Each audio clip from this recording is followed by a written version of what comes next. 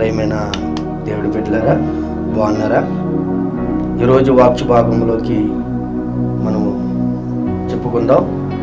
ప్రియమైన దేవుడి బిడ్డలారా, ఈరోజు అందరూ కళ్ళు మూసుకోండి, ప్రార్థన చేసుకుందాం. పరిశుద్ధుడ తండ్రి, ప్రేమగల దేవుడు, మహోన్నతుడు, సర్వశక్తిమంతుడయ్యా, సర్వాధికారి, నీకు వందనాలు. ఈరోజు ఈ వాక్య భాగంలోకి మేము వెళుతుండగా తండ్రి, మాతో మీరు మాట్లాడండి. బిడ్డలు నా తండ్రి హృదయాలు భద్రపరుచుకుని కృపని గురించి సహాయం చేయమని యేసు నామములో అడుగుతున్నాం తండ్రి, ఆమేన్. యెషయా గ్రంథము 58వ అధ్యాయం 3వ వచనము చదవండి. మేము ఉపవాసం ఉండగా నువ్వెందుకు చూడవు, మా ప్రాణములో ఆయుష్ పరుచుకుని నువ్వెందుకు లక్ష్య పెట్టవు అని దేవుడు ఈ మాటలు తెలియపరుస్తున్నారు. ప్రేమైన దేవుడు బిడ్డలారా, మన ఉపవాసం ఎలా ఉండాలన్నది కూడా దేవుడు మాట్లాడుతున్నాడు. ఎలా ఉండాలి మన ఉపవాసము? మనకి కావలసిన పనులన్నీ చేసుకోవడం కాదు. ఉపవాసం అంటే మనము విశ్వాసం ఉండాలి. మన ఉపవాసం అంటే మన హృదయము కలిగి ఉండాలి. మన ఉపవాసం అంటే మన హృదయాలు మారాలి, మన గర్భము తీసేయాలి, మనలో ఉన్న ఆలోచన తలంపులన్నీ తీసివేయాలి. మనం ఎంతగానో ఆశీర్వదింపడాలంటే ముందు దేవుడు మనం నమ్మాలి. ఏది మనం ఎక్కడ నమ్మాలి? మనం నమ్మినట్లుగానే దేవుడితో ఉంటున్నాం. మనం హృదయాలు ఎస్మెటతో ఎలా ఉన్నాయో తలంపులు ఏంటో తెలియదు ఆయనకి. చూస్తున్నాడు కదా. నీ హృదయం మారాలి. మారితేనే నిన్ను ప్రేమిస్తాడు. మారితేనే నీ అనుకున్న పనులు జరిగితే, నువ్వు మారితేనే నువ్వు అనుకున్న జరగబోయే పనులన్నీ కూడా నువ్వేం ఆలోచిస్తున్నావు, ఏం కావాలో మనకంటే ముందు విరుగున్న దేవుడు. ప్రేమైన దేవుడు బిడ్డలారా, మనము ఆయన నమ్మితే దేవుడు మనల్ని నమ్ముతాడు. ఆయన మనల్ని నమ్మలేదనుకో, దేవుడు ఎలాగా నమ్ముతాడు? మనల్ని నమ్మరు కదా.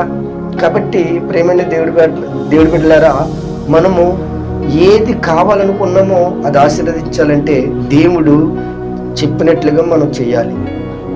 మన పాపాలు తొలగిపోవాలంటే మనం చేసిన పాపాలు మనం ఎంతగానో ఎక్కువై ఉన్నాయి ఆ పాపాలన్నీ. అందులో అది నీకు తెలియదు కదా. ఆ పాపాలు తొలగించబడాలంటే మన దేవుడిని నమ్మాలి, దేవుడి సన్నిధికి వెళ్ళాలి, దేవుడిలో ఉండాలి. దేవుడి గుడికి వెళ్తున్నామంటే సరిపోదు. ముందు మన హృదయం మారాలి, మన తలంపులు మారాలి. ముందు మన హృదయాలు ఎప్పుడైతే మారాయో ఆ దేవుడు ఆటోమేటిక్గా మనలోకి మనకు ఆయన అంగీకరిపడి మనల్ని ప్రేమిస్తాడు, మనలోకి వస్తాడు. దేవుడు ముందు మనం నమ్మలేదనుకో, మనం ఎంత నమ్మినా దేవుడు మనల్ని ప్రేమించడు. ప్రేమైన దేవుడు బిడ్డలారా, వాక్య భాగంలో ఆయన మాట్లాడిన ప్రతి మాటలో కూడా నీతో మాట్లాడిన మాటలు ఈరోజు ఒకరినొకరిని ప్రేమించి విశ్వాసంతో కలిగి ఉండాలంటే మనకి ఎవరైనా అనాథలు వచ్చారనుకో, ఏమీ లేదని పంపించేస్తాం. మనలో ఉన్న మన దగ్గర ఒక 2 అంగీలు ఉన్నాయంటే ఒక అంగీ అతనికి ఇవ్వాలి. ఎవరైనా లేని వారు ఉన్నారంటే ప్రేమించాలి. చూడండి ప్రేమైన దేవుడి బిడ్డలారా, ఎంతో మంది నశింపైపోతూ ఉన్నారు, ఎంతో మంది లేనంటి వారు ఉన్నారు, ఎంతో మంది ఉన్నవారు చూసుకుంటున్నారు. కాబట్టి మనం ఏది కావాలనుకున్నా మనకి దేవుడు ఇచ్చినప్పుడు, ఈ భూలోకంలో ఏం సంపాదించము, ఈ భూలోకంలో ఏమీ లేదు మనకి. ఉన్నంత వరకే మనం దేవుని ప్రేమించాలి. ఉన్నంత వరకే దేవుణ్ణి ఎలా ప్రేమించాలి వెతకాలి. సన్నిధికి వెళ్ళిపోతున్నామంటే సరిపోదు, సన్నిధిలోకి వెళ్ళి వస్తున్నామంటే సరిపోదు, మీ సన్నిధికి వెళ్ళామంటే సరిపోదు. ప్రేమైన దేవుడి బిడ్డలారా, కాబట్టి ఈ మాటలు మీకు అర్థమయ్యి అనుకుంటున్నాను. ప్రేమైన దేవుడి బిడ్డలారా, ఏంటంటే మనము విశ్వాసము కలిగి ఉండే వారిలాగా ఉండాలి. మనం సన్నిధికి వెళ్ళడం కాదు, మరొకరిని సన్నిధి తెలియనట్టు వారును, దేవుడు మందును ఎరగనట్టు వారు, దేవుడంటే తెలియనట్టు వారు, దేవుడంటే అసలు వెరగనంటి వారికి మనం తెలియపరచాలి. ఎందుకంటే మనం చెప్తున్న మాటల్లోనే మన తీరే మనం ఏం చేస్తున్నామన్నా మన తీరే అవతల వ్యక్తికి తెలియపరచుకోవాలి. ఎందుకంటే ప్రేమైన దేవుడి బిడ్డలారా, మనం దేవుడిలోకి వెళ్ళిపోతున్నాం, మేము నమ్ముకున్నాం అనుకోవడం కాదు. మనలో చాలా అసహ్యం ఉంది, చాలా మనకు నచ్చని అహంకారం కూడా ఉంది.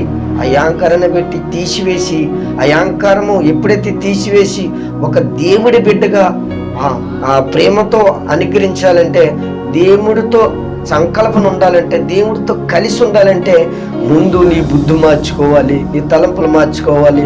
నీలో ఉన్న ఆ కుళ్ళి కుట్రలైన ఎలాంటి ఎదటి వారి మీద ఇష్టం లేని వారిగా ఉన్నామో అదొక అహంకారం అన్నమాట. నీ బిడ్డలు వస్తే నీ తల్లిదండ్రులు వస్తే, నీ కుటుంబ సభ్యులు ఎవరైనా వచ్చారనుకో ఎంత ప్రేమిస్తావు. అత్తమామల తరపు నుంచి వస్తే వాళ్ళని వేరేగా అనుకుంటాం. అట్లా ఉండకూడదు ప్రేమైన దేవుడి పట్ల. అందులంటే అత్తమామ గొడవలు ఎందుకు చెప్తున్నామంటే, అందులో నీకు అసహ్యం ఎలా ఉన్నదని నీకు నేను తెలియపరుస్తున్నాను.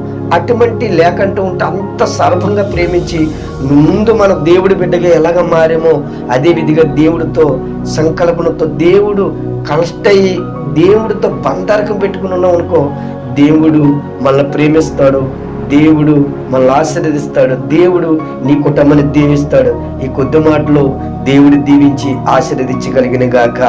ప్రార్థన చేసుకుందాం. పరిశుద్ధుడా తండ్రి, ప్రేమ గల దేవ, మహోన్నతుడు, సర్వశక్తిమంతుడయా, నీకు వందనాలు నాయన. మా ప్రార్థన మీరు ఆలకించండి నా తండ్రి. ఇప్పటి వరకు చెప్పినటువంటి మాటలు వారిని కుటుంబంలో దీవించండి, ఆదరించండి, వారి హృదయాలు భద్రపరచుకుని కృప అనుగ్రహించండి.